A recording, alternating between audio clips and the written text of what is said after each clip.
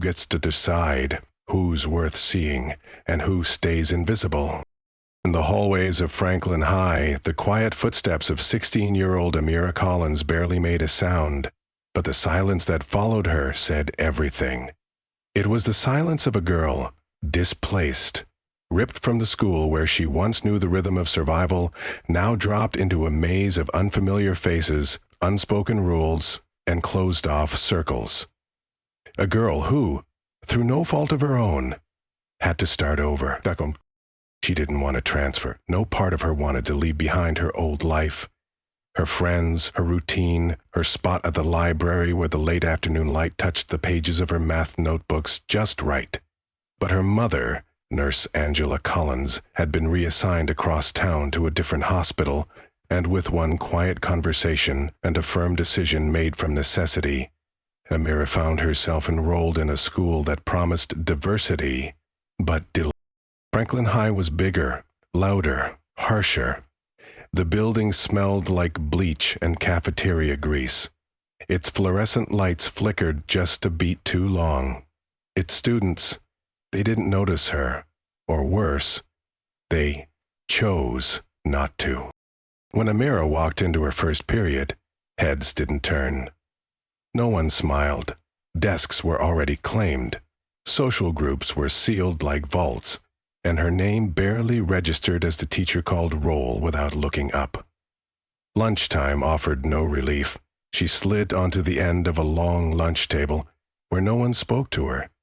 The space she occupied was invisible, except to those who rolled their eyes when she pulled out a worn, creased math workbook. The world had a way of ignoring girls like her, quiet, dark-skinned, from the part of town that people avoided unless they needed cheap groceries or quick repairs. Girls who worked after school. Girls who wore thrifted jeans and sneakers that had seen better days. Girls who knew they had to be twice as good just to be half seen. But inside, Amira lived a storm of numbers, patterns, sequences, equations. They lit her mind like constellations. They made sense when people didn't. They gave her a voice when the world refused to listen. And though no one saw it yet, she was a prodigy. One who taught herself calculus in the back of a diner, scribbled formulas between refills and fry baskets, and memorized theorems by reading library books by flashlight long after the rest of the house went to sleep. She didn't need applause. She didn't want the spotlight. But being overlooked was different from being underestimated, and that was a mistake someone was about to make. It came from the front of the classroom, wearing a smirk and a collared shirt. Mr. Patrick Callahan, late 40s, math teacher at Franklin High for nearly 2 decades, was the kind of man who thought he could read students in a second, and girls like Amira? To him, they were quiet, unmotivated, probably struggling. He decided who mattered, and she wasn't on that list. What he didn't know, couldn't know, was that every night, Amira sat beneath a flickering kitchen light, reworking problems 3 grades above her level, that while he saw her blank stare in class, she was already 10 steps ahead, solving what he hadn't yet taught. But she wasn't here to prove anything. She was just trying to make it through the day, until he called her name. It would start with a simple challenge, an equation scrawled on the board, complex enough to trip up even a strong student. A public test disguised as a chance to participate. A moment he thought would teach her humility. What it taught him, instead, would unravel the very assumptions that held his classroom together. What unfolded next was a quiet, controlled detonation of brilliance, a moment so stark, so undeniable, that even the walls seemed to lean forward to hear her think. But we're getting ahead of ourselves. Before we dive into what happened on that life-changing day, before the chalk, the silence, the stunned faces, you need to know who Amira is. You need to understand why this moment mattered, why it still matters. So, take a breath, settle in, Grab a glass of water or your favorite drink, find a comfortable seat, because the story you're about to hear isn't just about a girl solving a math problem. It's about what happens when someone who was never supposed to be seen finally steps into the light, and the world has no choice but to see her. The next morning came like it always did, without apology. The sky outside the window of Amira's bedroom had barely lightened, still cloaked in a gray fog that blurred the edges of the broken street lamps and tired rooftops. Her alarm clock didn't ring. It never had to. Amira had trained herself to wake before the world did. She moved quietly through the apartment, careful not to wake her mother, Nurse Angela Collins, who had come home just 3 hours earlier from an overnight shift at St. Charles General. The lines of exhaustion had carved themselves deep into her mother's face, and Amira had memorized each one, not from pity, but out of reverence.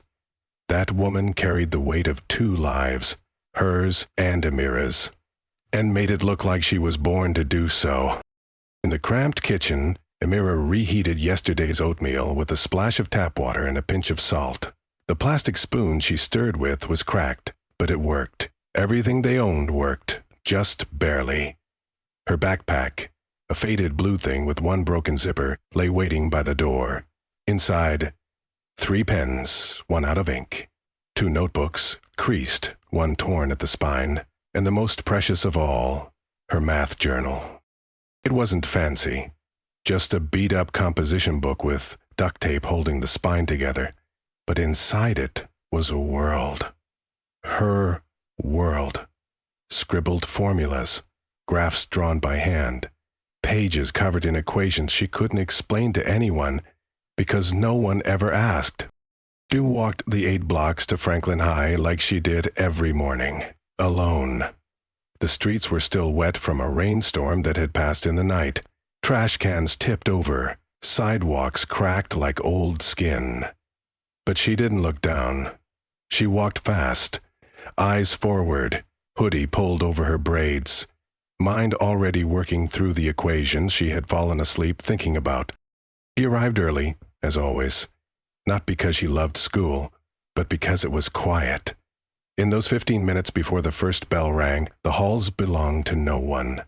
She could walk them like a ghost, unseen, untouched. It was the only time she felt peace inside those walls. But that peace didn't last. The moment the students began flooding in, packs of them, loud and seamless, Amira felt herself vanish. No one pushed her. No one spoke to her. But that was the worst part. To be invisible is not the same as being safe. It is to exist in plain sight and still not be seen. It is to walk through a world where your name doesn't echo, where your presence doesn't register, and where any attempt to be known feels like a violation of the rules. She sat in the back row of her homeroom class, like she always did. Her chair wobbled slightly, the left back leg shorter than the rest. She liked it. It grounded her. Reminded her not to get too comfortable. Comfort wasn't for girls like her. Mr. Callahan droned on at the front of the room. Something about linear systems and matrix transformations. Amira's eyes were on the board, but her mind was 2 steps ahead.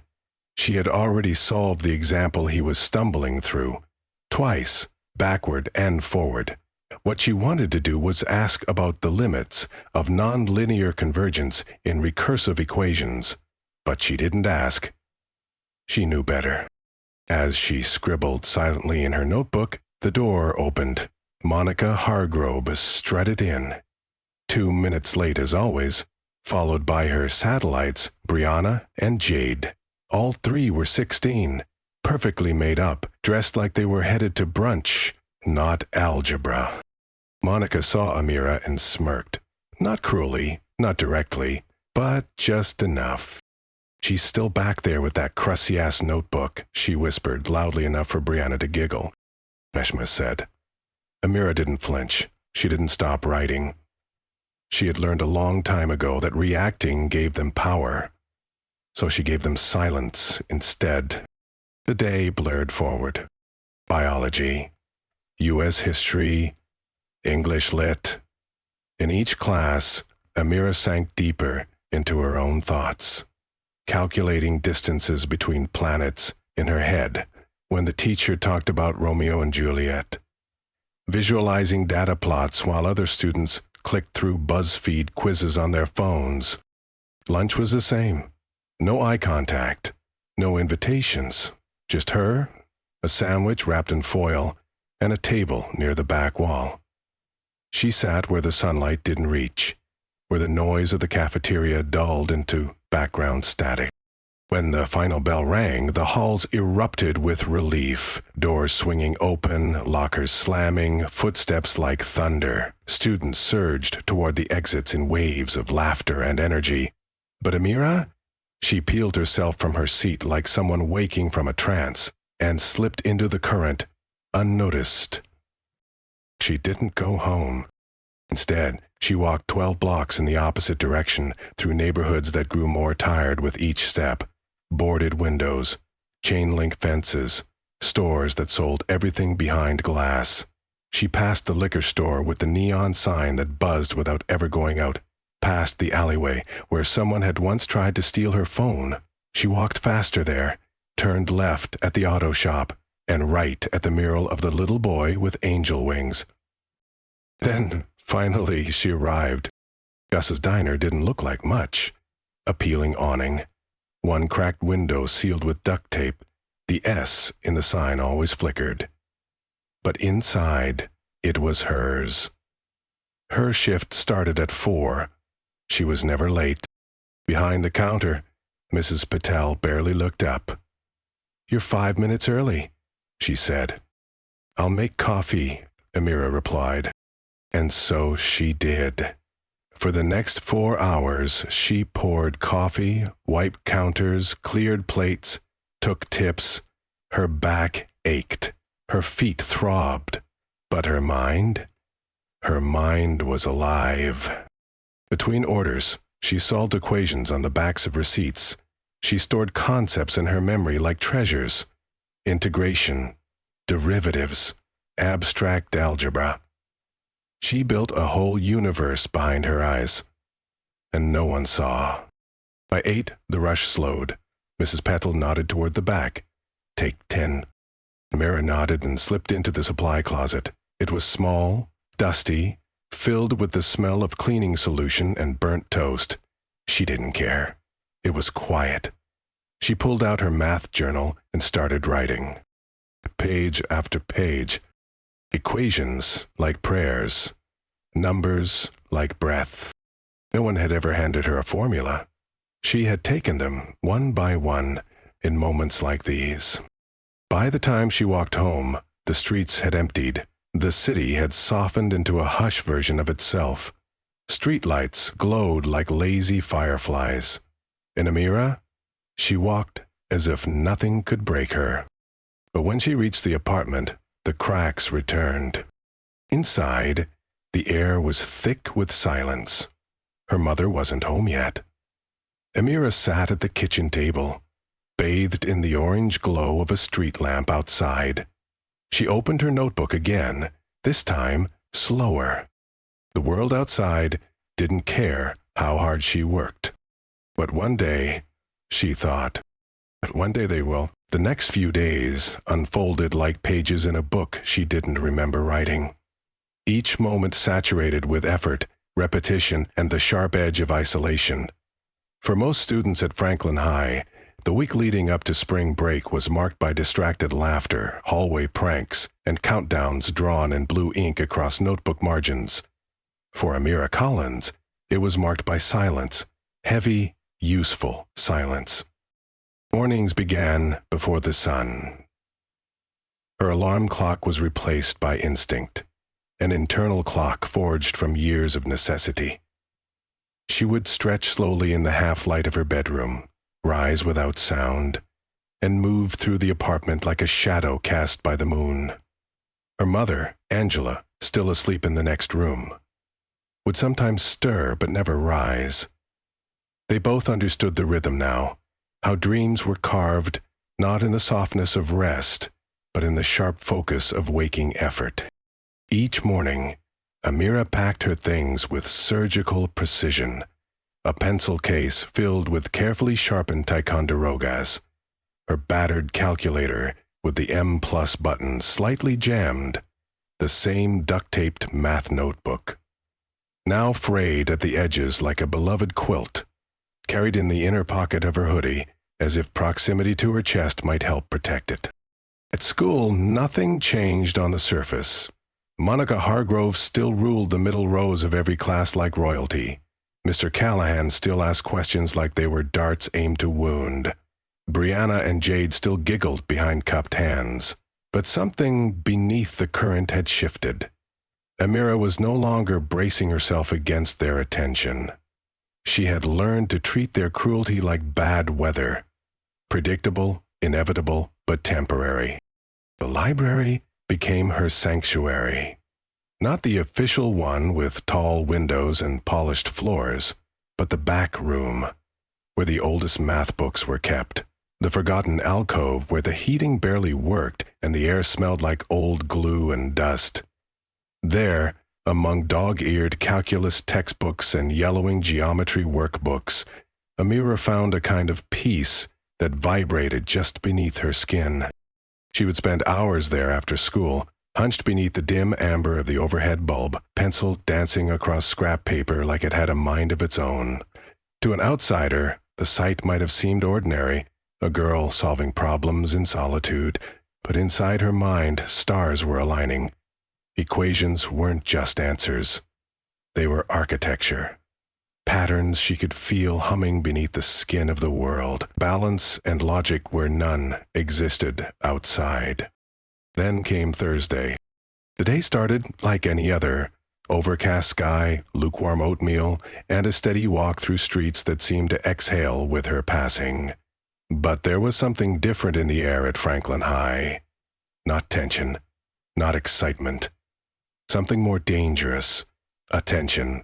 It clung to her skin like humidity, whispered around her lacquer like wind. By third period, Amira knew something was coming. It happened in math class. The room had the scent of pencil shavings and stale coffee.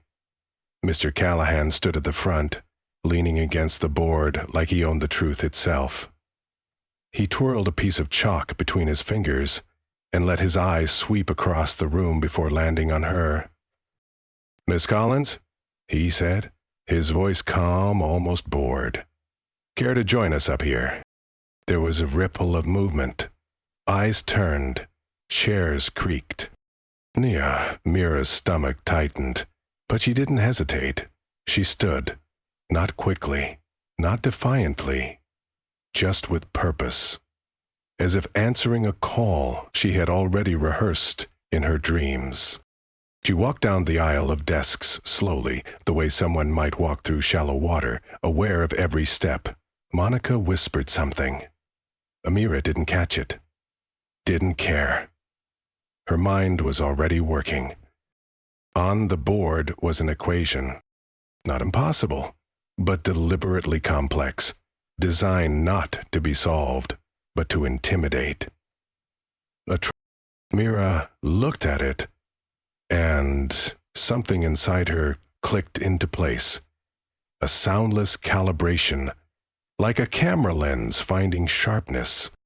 She picked up the chalk. Then she wiped the board clean. The room gasped. It was a simple act, bold, sharp, but it cut through the air like lightning. She turned, looked at Mr. Callahan. "If I'm going to solve it," she said, her voice calm, "I'd rather start clean." He blinked, said nothing, just gestured for her to proceed. And she did. What followed was not spectacle, not show. It was precision, poise, mastery. She worked line by line, pausing only to recalibrate, her movements deliberate, almost tender, as if each number had a soul she was coaxing to the surface. The chalk moved like it had known her all her life. Whispers around the room fell into silence. Then came a voice, one voice, trembling and small, from the back row. "That's right," Jason Blake said, stunned. Even Mr. Callahan faltered. His mouth opened, then closed. Amira stepped back, set the chalk down. She met Callahan's eyes, unblinking. "There's no luck in math," she said, "only logic." Then silence. A silence so thick it rang in their ears. To be continued. When Amira Rivera entered room 307 that morning, sleep still clinging beneath her eyes, she had no idea the trajectory of her life was about to split open like a thunderclap across a silent sky. The classroom buzzed with muted conversation. Fluorescent lights flickered overhead, casting a pale blue tint over scratched desks and scuffed floors. Amira, 16, slipped quietly into her seat near the back, the same place she always chose, invisible but observant. Mr. Callahan, a man whose smirk rarely left his face, paced slowly across the front of the classroom, writing an unusually complex math equation across the board with theatrical strokes of white chalk. He didn't glance at the students. He didn't need to. His voice cut through the air like a serrated blade. "Amira," he called suddenly, a smirk blooming as he turned. "Since you seem so disengaged, why don't you come up and show us what you've learned?" Heads turned. A few students chuckled, others leaned in with anticipatory glee. This wasn't a test. It was a trap, one designed for spectacle, not learning. Amira froze for a moment, the humiliation coiling in her chest. But she stood. Slowly she walked forward, each step echoing with more than the rubber soles of her sneakers. It was the weight of years being underestimated, passed over, diminished. The equation on the board was a cruel joke. Nonlinear, multi-cerament, university-level calculus that didn't belong in a high school setting, especially not in a failing district like this, especially not in the hands of a girl like her, not according to Mr. Callahan. She picked up the chalk. Her fingers trembled for a brief second, then stilled. In the back of the room, someone snorted. Another whispered, "She's gonna choke." Amira exhaled, the way she had learned to breathe deep in the back pantry of Gus's diner after a long shift. She stared at the numbers. The chaos began to untangle. She began writing. One line, then another. Her strokes were clean, methodical, impossibly fast. Variables isolated, terms rearranged, brackets opened and resolved like a symphony. The room quieted. Even the skeptics leaned in, jaws slackening. She was dismantling the problem like it was built of Legos, not logic. Callahan's arms crossed tighter. His eyes darted. Behind him, a man in a gray suit, Dr. Nathan Ellis, leaned against the wall, arms folded, expression unreadable. Amira's final stroke came with a confident underscore. She turned. "She'd be right," she said calmly. Callahan stepped forward, disbelief etched across his features like fault lines under pressure. "You—" he started, then checked the board. And again. His finger traced her solution, searching, hunting, desperate for an error. There was none. Boy in the front row, Caleb muttered, "Holy crap, she nailed it." Callahan's face twitched. Lucky guess. Amira's jaw tightened. Her voice, sharp and quiet, answered, "There's no luck in math, sir. It's either right or it isn't." A gasp rippled through the class. And then Ellis stepped forward. "That," he said, pointing at the board, "wasn't just right. That was extraordinary." The room held its breath. Ellis turned to Callahan. This equation wasn't meant for high schoolers. It was graduate level. And yet, he glanced back at Amira. She solved it in minutes. Callahan flinched. "I'm Dr. Nathan Ellis," he said now to the class. "I'm a recruiter for the National Mathematics Scholars Program. We find students with extraordinary untapped potential. He handed Amira a business card. "We'd like to test you next week. If you pass, you'll qualify for a full scholarship."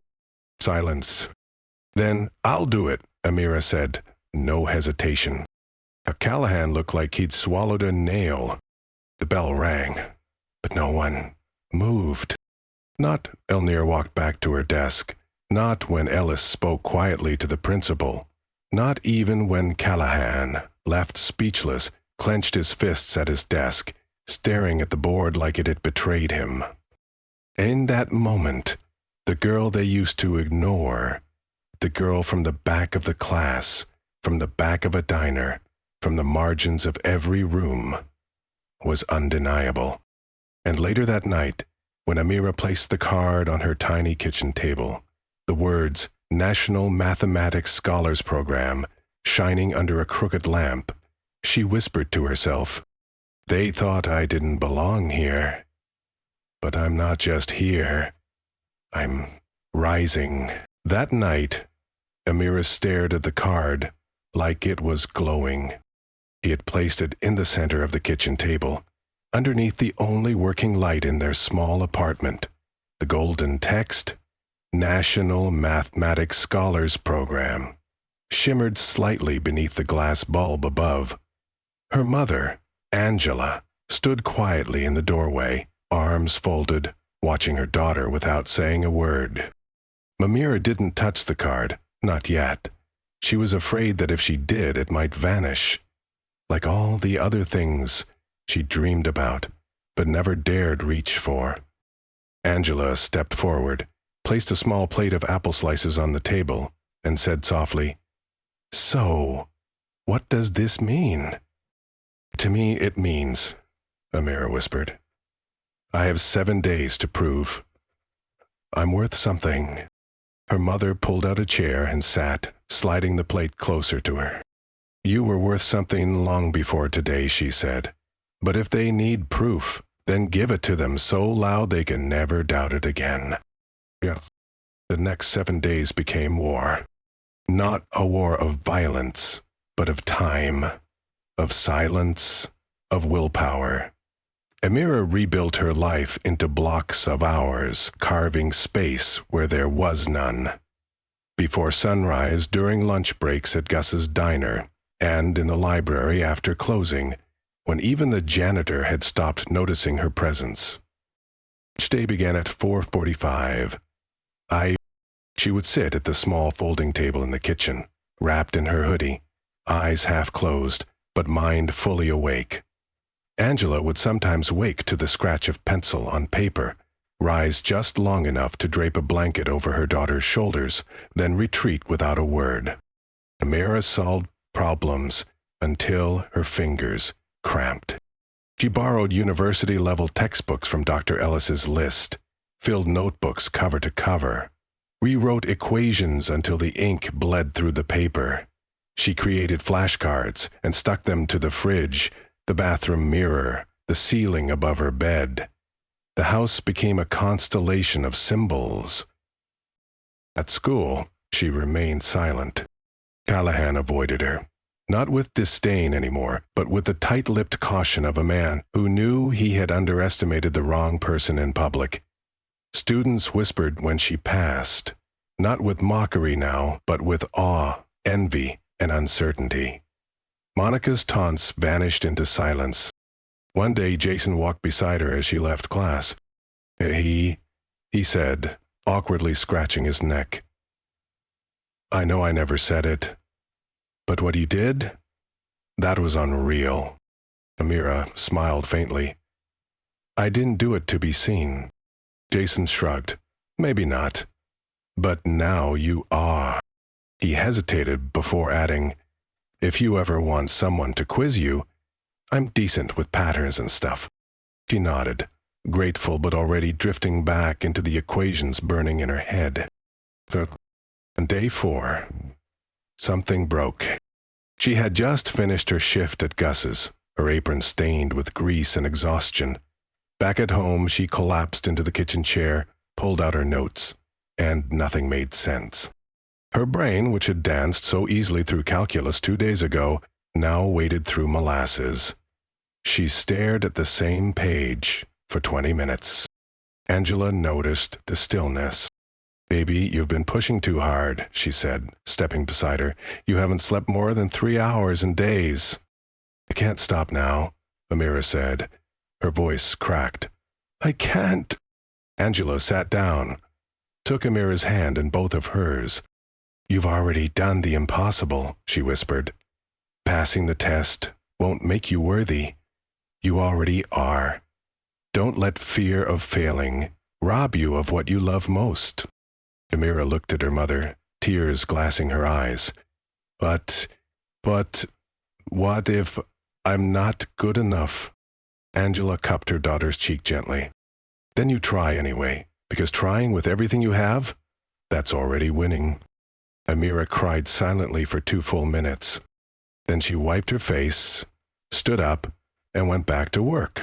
This time, not to prove herself to anyone, but to honor the fire inside her that had never gone out, even when the world ignored it. On the 7th day, just before dawn, Amira walked through the empty halls of Franklin High toward the auditorium. Her backpack felt like it was made of bricks. The hallways whispered like ghosts, fragments of the past echoing in her mind. Monica's laughter, Callahan's smirk, the long silence after her answer on the board. Inside the auditorium, the board was already prepared. An equation stretched across it like a mountain range, daunting, vast, jagged. Behind it, Dr. Ellis stood, arms crossed, eyes fixed on her like a lighthouse. Students and teachers were filling the seats slowly. Even the principal was there. Callahan stood at the side of the stage, his arms folded tightly, his jaw tense. He didn't look at her. Amira climbed the steps to the stage, marker in hand. Dr. Ellis nodded once. "Whenever you're ready." She approached the board, her heart pounded like a drumline in her ears. The crowd behind her faded. She raised her marker. And then, in a motion so defiant it rang like a bell, she slammed the cap of the marker against the edge of the board, snapped it off in one clean pop, and began to write. The equation unfolded under her hand. The logic clicked. It wasn't perfect. It wasn't easy. But it was hers. Every symbol she wrote was a story of stolen hours, ignored brilliance, silent courage. And when she finished, she stepped back. The room held its breath. Alice approached slowly, checked the board. Silent. Then, "Perfect," he said. "Absolutely perfect." Amira closed her eyes.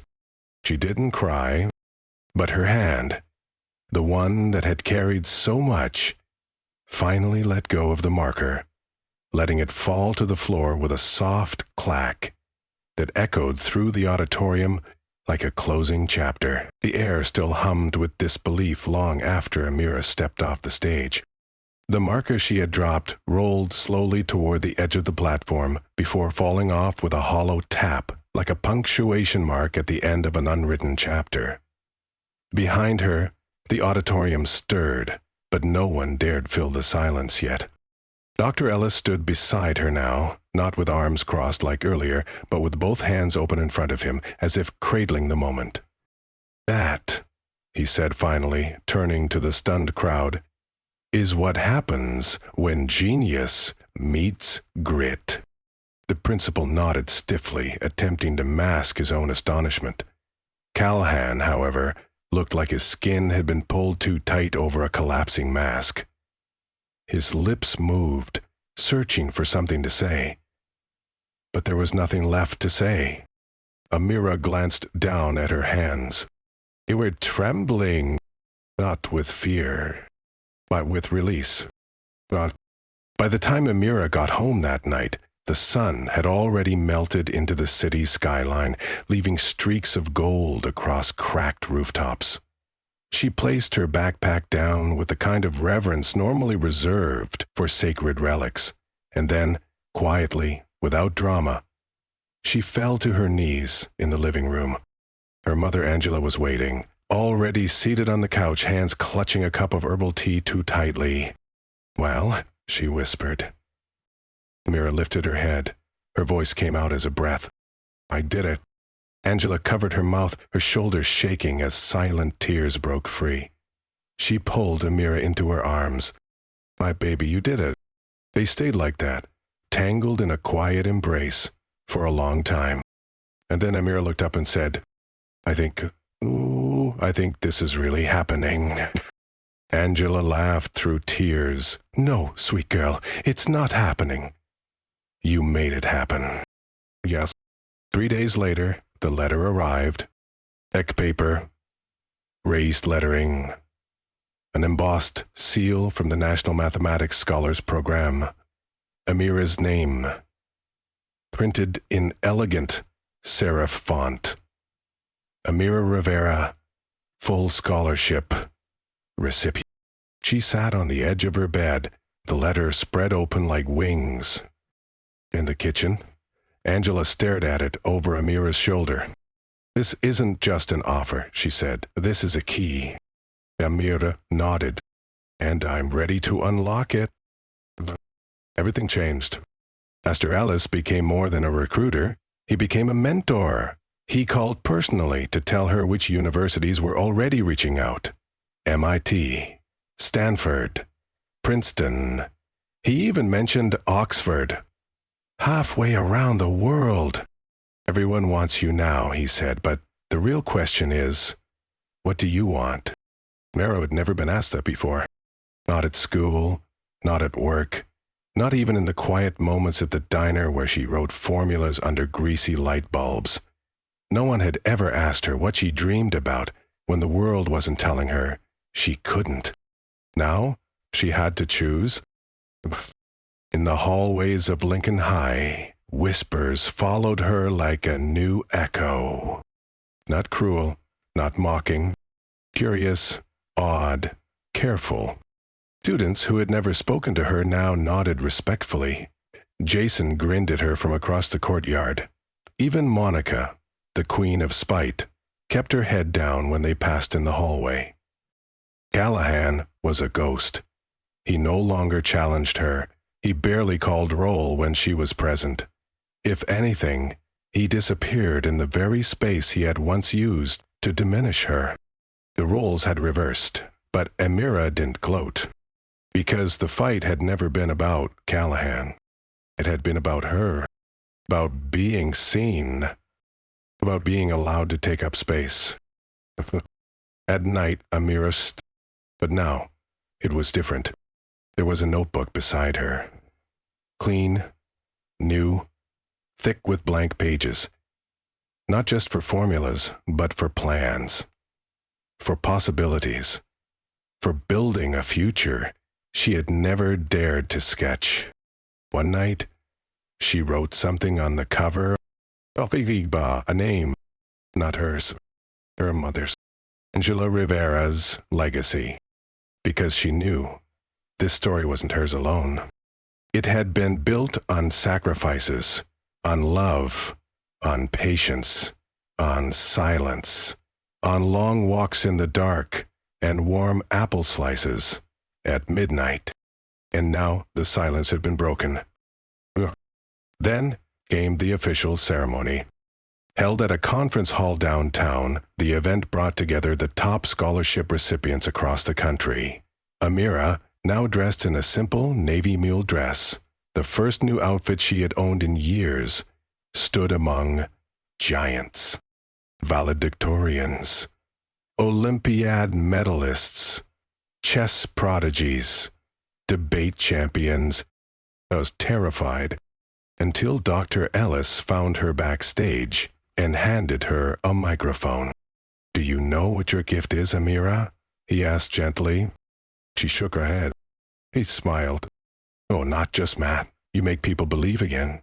That brilliance can rise from anywhere." On stage, Amira took a breath. The lights were hot, her palms damp, but her voice steady.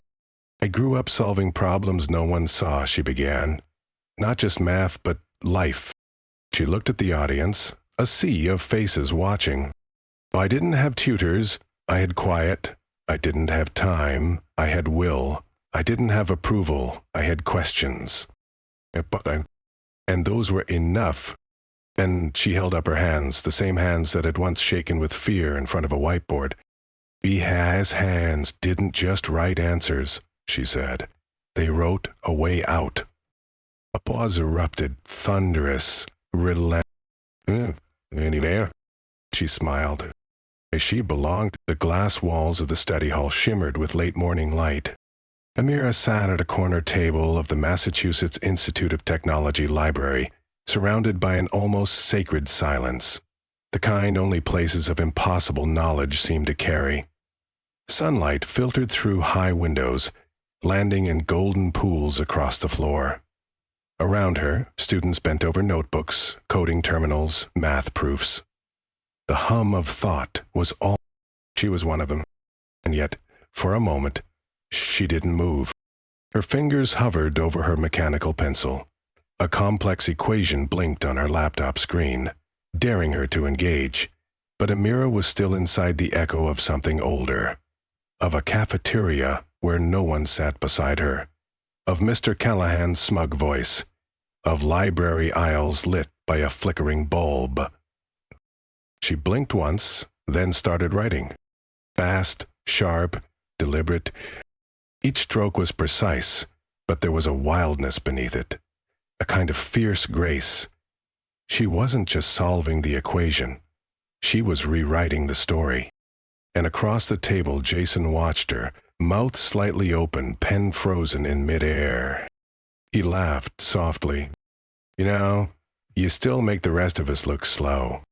Amira glanced up, smirking. I'm not trying to, she said. Jason grinned. I know. That's the scary part. It had been 3 months since the scholarship.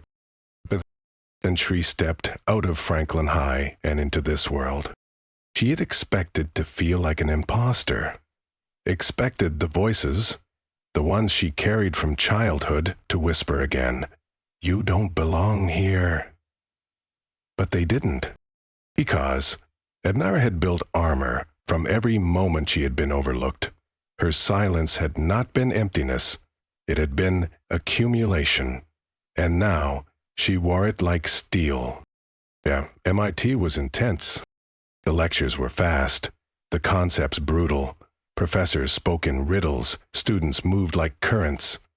But Amira thrived in it. She no longer had to hide her mind. She could stretch, expand, compete, collaborate. And when she solved a particularly vicious topology proof in front of the class, even the most seasoned TAs paused, nodded, and said, "Nice work, Rivera." One afternoon, after a long lab session, she returned to her dorm. There was a letter waiting on her bed, no envelope, just her name. Inside was a note, handwritten. "You are more than a success story. You are a recalibration of possibility. Dr. Ellis." She held the paper to her chest for a long time, then pinned it above her desk, right next to a small photograph of her and her mother, arms wrapped around each other, outside Gus's diner, the day the acceptance letter arrived. A few weeks later, she was invited to speak at a high school in Boston, title, "Why You Matter in Rooms That Forget You Exist." She walked into the gymnasium, now wearing the quiet confidence of someone who had bled for this moment. In the front row sat a group of black and brown students, huddled together, some with guarded faces, some with eyes lit by curiosity.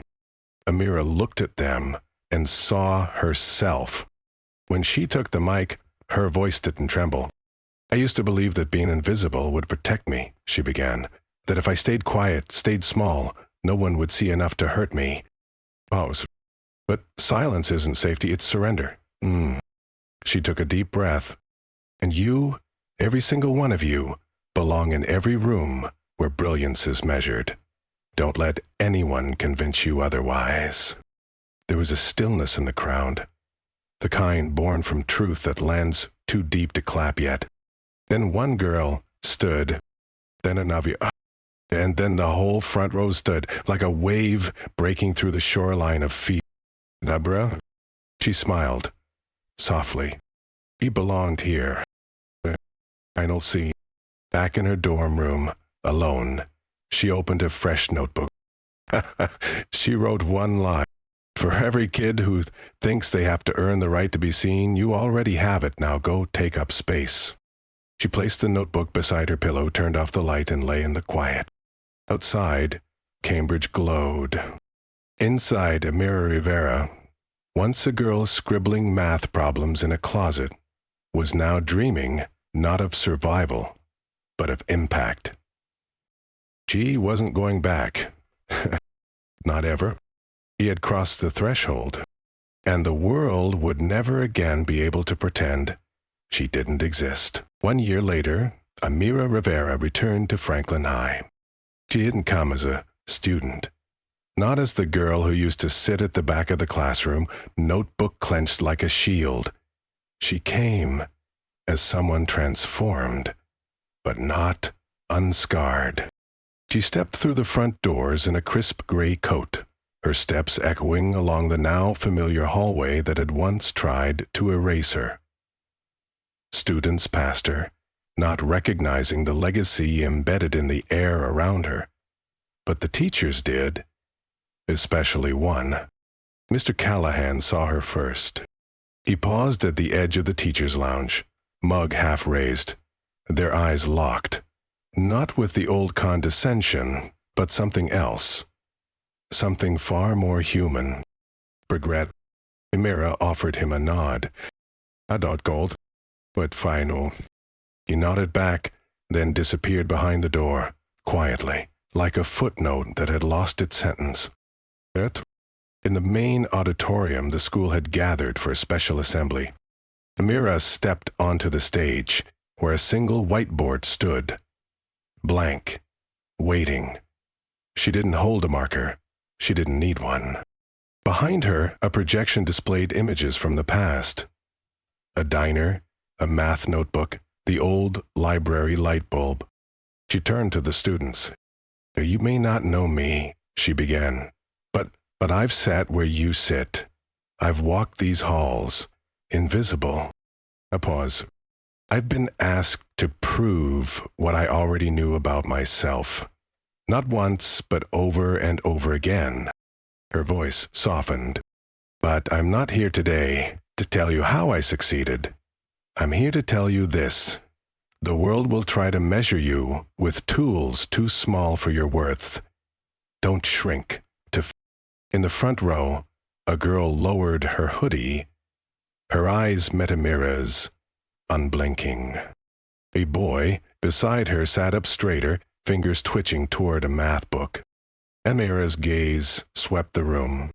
You are not the sum of what others fail to see in you. Then she did something no one expected. She walked to the side of the stage and set down her old worn notebook, the one she had carried through every moment of doubt, every diner shift, every sleepless night, and left it there, right on the edge of the stage. An offering, a legacy, a challenge. You don't need to start from nothing, she said. I already carved the first path, now go further. Outside, as the auditorium emptied, a small group of students lingered. One girl, perhaps 14, slowly climbed the stage, eyes wide. She picked up the notebook. Her fingers traced the name on the inside cover. She whispered to no one, "She was real," then tucked it into her backpack, gently, as if it were made of glass and thunder at once. Later that night, Amira sat alone beneath the stars on the rooftop of her dorm at MIT. The sky above Cambridge glimmered like a blackboard of equations waiting to be solved. She took a deep breath. Then, in a whisper, almost too soft to hear, "This was never just about me." She reached for her arm and slowly pulled up the sleeve. A new tattoo lined the inside of her forearm. Not a quote, not a number, just a single word in elegant script. Now to you, yes, you, reading this. And if you've ever been made to feel invisible, if you've ever been asked to prove your humanity in places where others are handed it for free, if your brilliance has been buried beneath someone else's ignorance, this story is yours too. Don't let it end here. Pass it on. Tell someone about Amira. Shear her silence, shear her roar. And above all, take up space. Because this world only changes when we force it to see what it tried to ignore. 2 weeks after the assembly at Franklin High, Amira sat in front of a blank page, not of a notebook this time, but of a proposal. The title, The Rivera Fellowship for Underestimated Youth. He wasn't waiting for permission. He was building a system. Her fingers moved swiftly across the keyboard, crafting a vision. A program pairing gifted but overlooked students with mentors, resources, and scholarships. Starting with her own story, as proof that talent doesn't bloom in privilege, it blooms in resistance. One by one, the bricks she once climbed alone. Midnight studying, diner scraps, silent libraries were being reshaped into steps others could use. She reached the final line of her mission statement. We are not asking to be seen anymore. We are building mirrors so no one is ever invisible again. And then, without fanfare, she hit send. The screen blinked. Her legacy had just begun. That weekend, she returned to MIT's Student Community Center for a workshop she co-founded. Speak loud in quiet places. The space overflowed with students of color, first-generation scholars, immigrants, and dreamers whose dreams had been deferred. One by one, they took the mic. A girl with braids whispered her poetry. A boy from Queens solved a live math proof to applause. A trans student read a letter they never sent their teacher. And when it was Amira's turn, she didn't walk to the mic. She walked into the crowd and sat beside a girl in the last row. I used to sit in the back too, she said, her voice low. Thought no one noticed, that I'd always have to fight alone. The girl looked at her, eyes glassy. You don't, Amira added, not anymore. So, later that night, she received an email from a freshman at another school. The subject line read, I saw your story, and I stopped hiding mine. There were hundreds more like it in the weeks that followed. Messages from teachers rethinking how they judged silence. Messages from students asking how to join her fellowship. Messages from Jason, now her study partner at MIT, who wrote, What you built. It's more than math. It's movement. Month passed. And then, a moment that felt surreal. Harvard invited Amira to deliver a commencement speech. She stood beneath a canopy of red and gold, thousands of graduates before her, and said, I don't stand here as a success, I stand here as a response. A response to every teacher who never called my name. Every system that made me prove I was worthy of the room. And every kid still out there, notebook in hand, trying to be heard. You're not alone. You never were. You just didn't know we were building this bridge for you. She raised her hand, palm open, and from the crowd, students began raising theirs too, one by one, until the whole field rippled with open palms, a symbol. I hear you. We see you. We rise with you. Final action. Back at her apartment, Amira stood before a wall now covered in penned letters, printed DMs, folded notes from students. And she added one more. A note written by a girl named Maya, 14. From a small town in Alabama. Read, I saw you do it. Now I believe I can too. Amira pinned it in the center, right beneath her tattoo. Then she stepped back. You looked at the wall and whispered, let's keep building. It didn't end with applause. It never had to. Amira Rivera sat alone on a park bench, wrapped in her gray coat, eyes closed, face tilted toward the last light of a fading sun. The wind whispered through bare trees.